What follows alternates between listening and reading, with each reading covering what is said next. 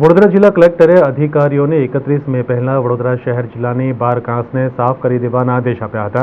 ત્યારે નીચાણવાળા વિસ્તારોની યાદી તૈયાર નથી, તો બીજી બાજુ કાંસની સાફ સફાઈ કરવાની પણ 80% કામગીરી હજુ બાકી છે.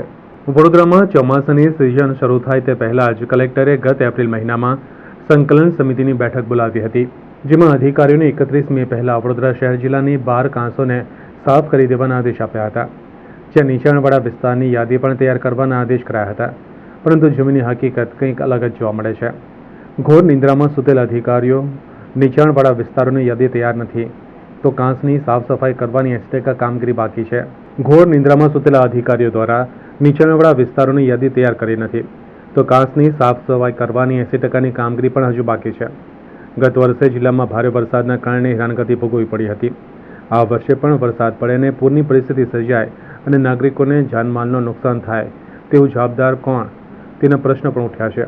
ઉલ્લેખનીય છે કે સ્માર્ટ સિટીની ગુલબાંગો વચ્ચે પાલિકા તંત્ર દ્વારા વરસાદ અગાઉની પ્રી મોન્સૂન કામગીરી 80 થી 85% પૂર્ણ થઈ હોવાના દાવા કરી રહ્યા છે.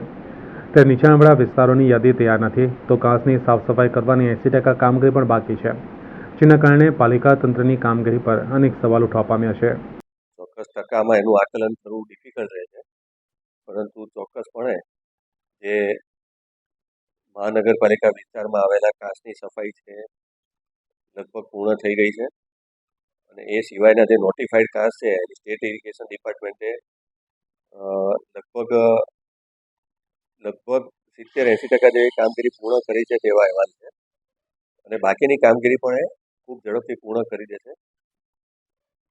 અને કંટ્રોલ રૂમ દરેક ઓફિસીસમાં મહેસૂલી કચેરીઓ અને તે સિવાયની કચેરીઓમાં રાઉન્ડ ધ ક્લોક કાર્યરત કરી દેવા. એવા વિસ્તારોની લો લાઇન જે એરિયા હોય છે એની યાદી ચોક્કસ અમારી પાસે હોય છે, અને એમાં જ્યાં વધારે વરસાદને કારણે પાણી ભરાવાની શક્યતા લાગે ત્યાં જરૂર પ્રમાણે એડવાન્સમાં ઇવેક્યુએશન ટેમ્પરરી સ્થળાંતર કરાવવાની તૈયારી કરે છે.